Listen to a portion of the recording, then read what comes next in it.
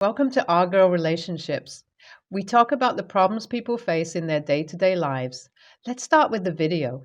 I'm 28 female. My ex husband Josh, 31 male, separated from me last year. We get along fine as there was no infidelity or anything. But when we had a miscarriage with our third child, we completely grew apart and lost touch with our ability to communicate. Essentially, the divorce was mutual because we couldn't bear the pain that we felt when we saw each other. At first, we kind of blamed each other because it was the easier way to cope.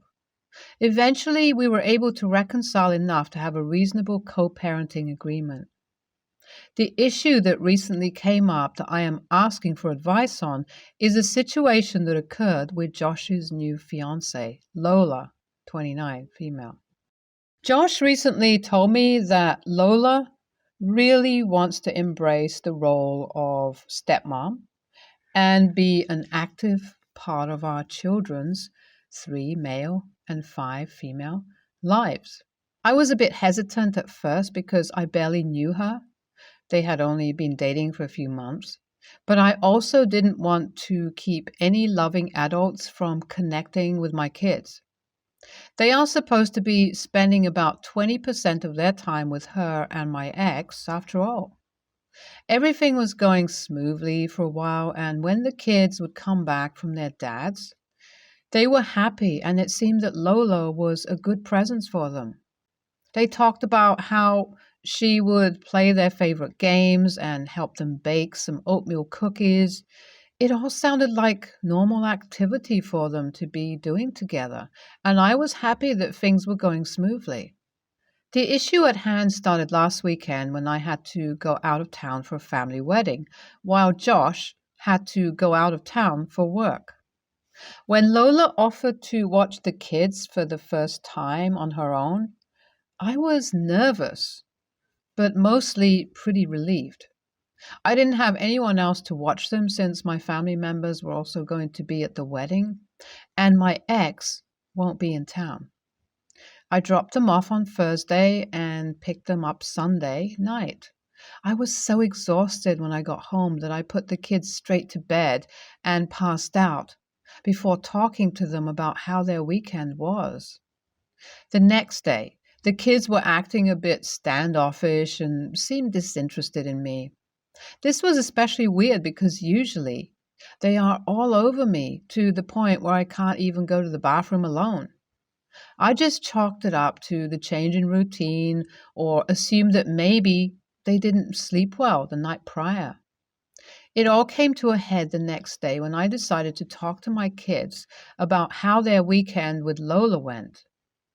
It was then that my daughter started tearing up and asked me why they don't spend as much time with their real mom as they do with me. I was completely caught off guard and asked her what she meant. She explained that Lola told them the truth, that she was their mom and that I was the one keeping them away from her and preventing them from being a complete family.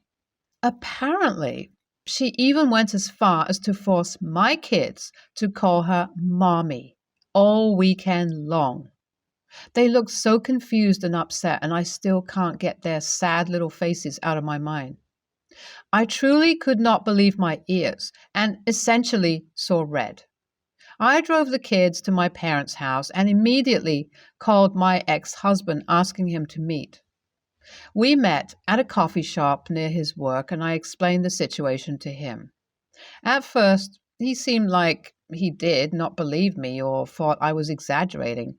But after telling him about the kids calling her mom and other things that they said, he finally broke down. He said that Lola found out last month that she cannot have kids of her own, and that ever since she got the news, that she has been out of control. He told me that at first she was obsessed with the idea of adopting, but once she figured out how long it took and how difficult the process was, that she seemed like she gave up. Then she apparently began talking about his kids and how they could be a complete and whole family if only I was not in the picture. He told me that she would refer to herself as Mommy whenever discussing anything about the kids. And while he claimed that he tried to shoot her down, she was supposedly relentless, and he found it easier to just ignore it. I told him that I no longer felt comfortable with her being around the kids and that I would fight for sole custody unless he dealt with her somehow. He was clearly pissed at that comment and stormed out of the shop. I didn't know what to do next, so in the heat of the moment, I decided to confront her myself about what she did. I drove to my ex's house and knocked on the door. She answered and, with a friendly smile, asked me why I stopped by. I then went off on her and told her that the kids told me about her telling them she was their real mom and told her that she is delusional if she thinks that she is ever going to replace me as their mom. Hearing that must have set her off because her face completely dropped. She then started screaming at me that I am a terrible mother and telling me that she will love them better than I do once I'm gone.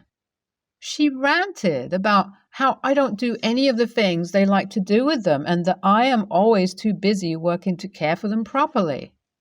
I couldn't believe what she was saying to me. It was like a completely different person took over her body. Seeing her reaction and hearing that threat kind of freaked me out, so I got in my car and left.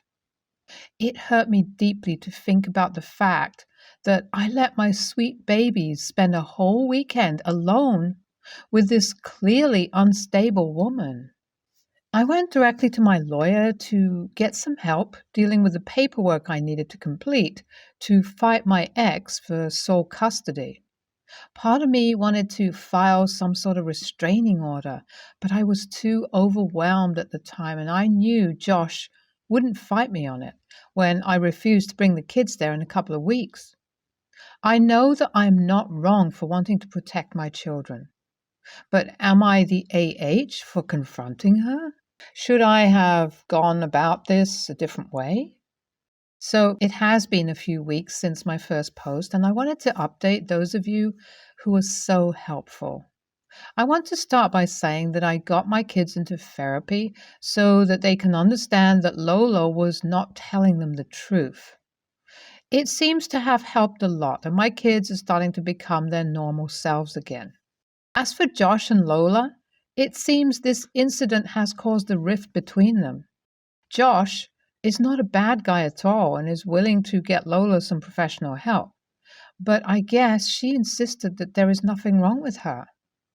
Her unwillingness to get help caused Josh to break off their engagement and end their relationship. I feel a bit bad about the whole situation because I never meant to break them up. The kids did like her at first, before the delusion started to consume her. I have decided to drop the fight for sole custody since Lola is out of the picture now, and Josh actually seems a lot less stressed without her around.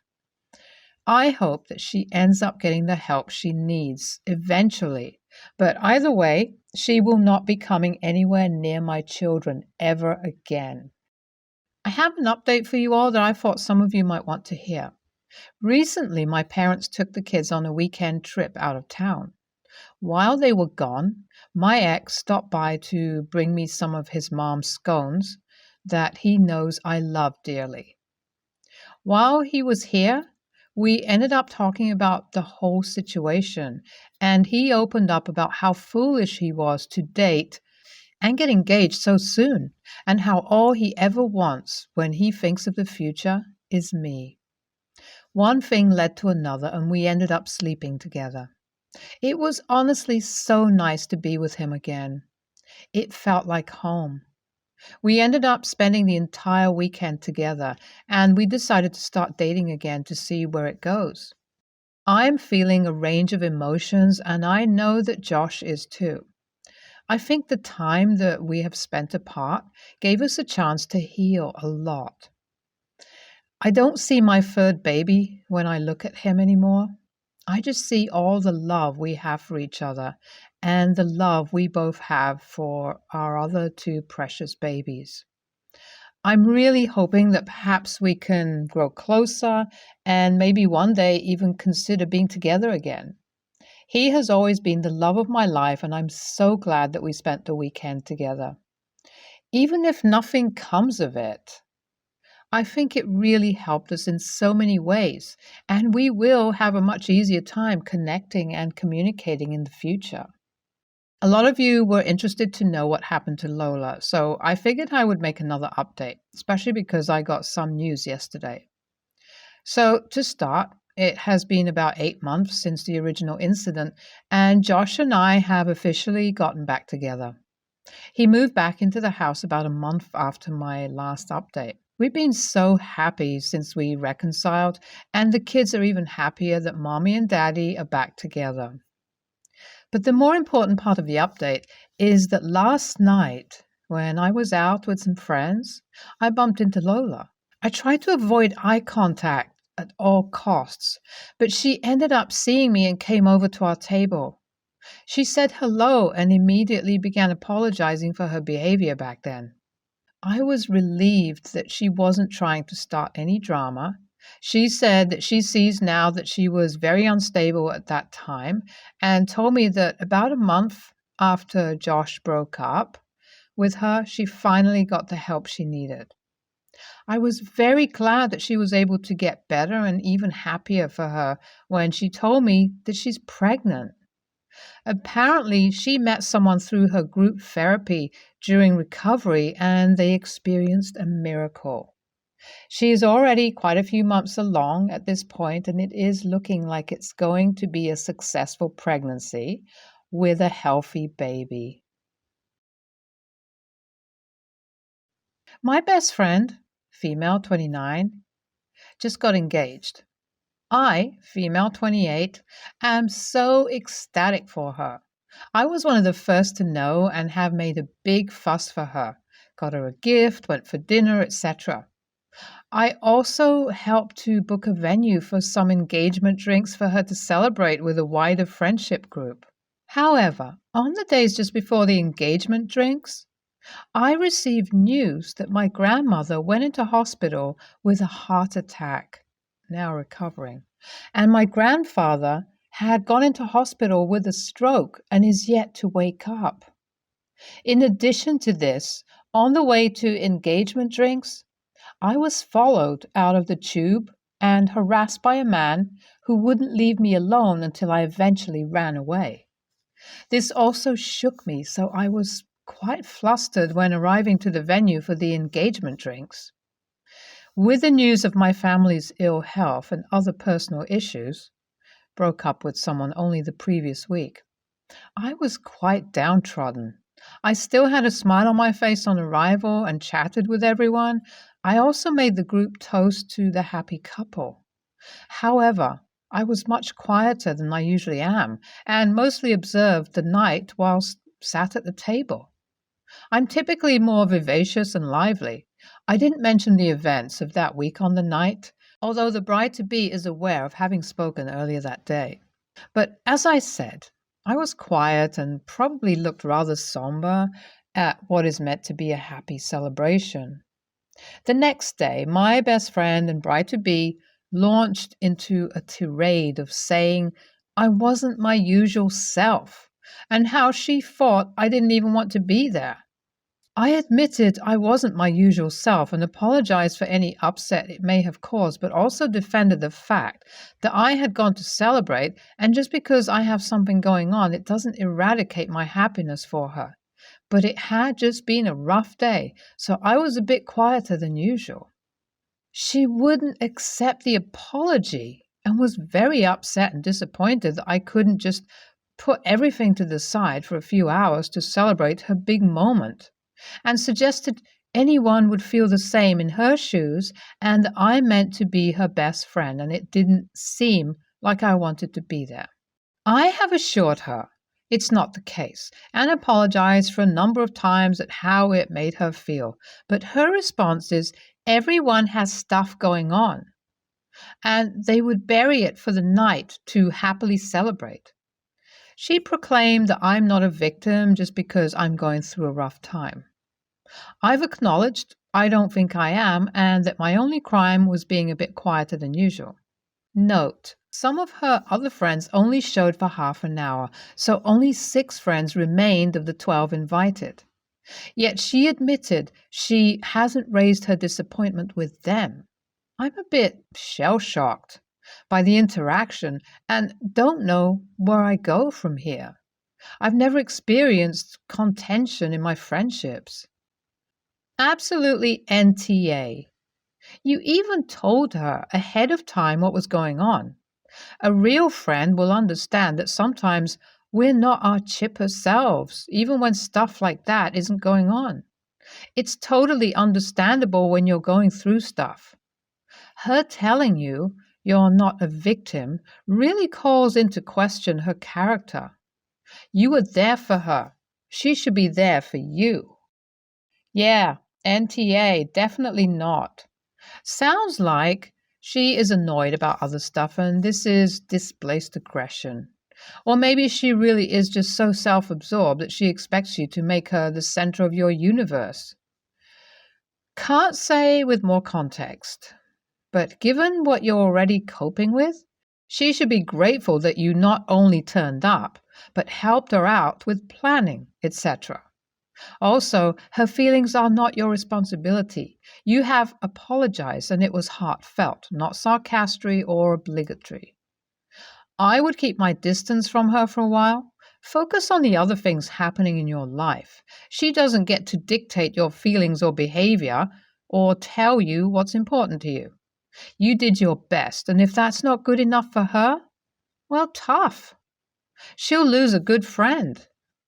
NTA, if you don't get a profuse apology and an offer of support dealing with what you're going through in the very near future, I would severely limit your involvement with her and the wedding, because this does not bode well for what dealing with her as a bride is going to be like. I recently kicked my sister out of our home for the way she reacted to a photo of my husband and his first wife. I met him a few months after she died in a car accident. Got married 2 years after that. We've been together for 6 years. He was devastated when she died. I told him I never expected to replace her in any way and considered myself another chapter in his life. I was warmly accepted into the family and his circle of friends. My sister recently fell on hard times, lost her job, apartment, and so on. We took her in. My husband has always had a home office. My sister was poking around the house when he was out and discovered a photo of him and his first wife among the framed pictures he has. It's not their wedding photo or anything, just a typical cute couple photo. It's the only printed photo of her in the house, taken a few months before her accident. They didn't have kids, so pics are all he has. There are a lot more photos of us. I was reading on the couch when my sister came stomping into the room holding the framed photo. She angrily asked, "Why do you let him keep a photo of his ex in your house?" I replied, "First, it's our house. And second, she's not an ex. She died in an accident and was his wife for 8 years. She was a huge part of his life. He keeps that one photo out." She replied, "An ex is anyone you've slept with who's not in the picture anymore." Me, "No, that's not how it works. She died." Sis, doesn't matter. So what if she got pasted by a truck? An ex is an ex. You shouldn't be letting him keep any pictures. Me, "You're being extremely disrespectful to me and my husband right now. You're a guest in this house. Walk back those comments and apologize now." Sis, "Why should I apologize? How can you let him keep pictures of an ex-fuck toy? I never knew his first wife, but I know how much she meant to him. I know how much he loves me. My sister talking about her like that insulted him, and by extension, me. not to mention how disrespectful she was being to a poor woman who died young. I said, "Get your crap and leave."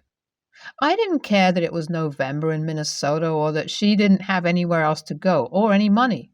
She had been beyond disrespectful to me and my husband over a single small photo. Me. If you're worried about sleeping in your car this winter, you should have thought of that before insulting the people sheltering you. I made sure she was gone before my husband even got home.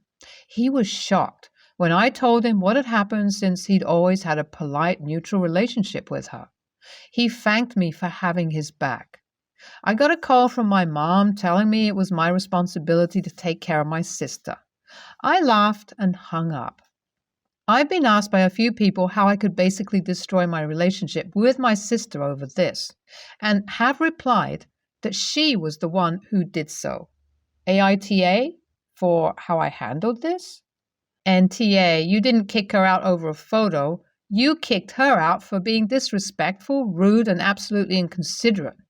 You're right about your husband's late wife. She's not an ex, and nor is she a fuck toy. She was your husband's wife. To say that she was a fuck toy was just purely disrespectful to the poor woman's memory. What does your sister expect? For your husband to forget all about his late wife? They didn't break up. One of them died. It's not an ex situation. As you said, you're a new chapter. That doesn't mean you burn the old chapter. It's okay to appreciate the present while appreciating the past. You did the right thing. NTA, your sister is, though. To start with, she's poking around your house, which is rude out of the gate. Then she has the nerve to be offended by a picture that is literally none of her business. And she has to double down to be even more of a rude, insensitive AH. You were absolutely right to defend your husband and his late wife. She was totally offline, and she kicked herself out. If your mom is so worried, she can take your sister in.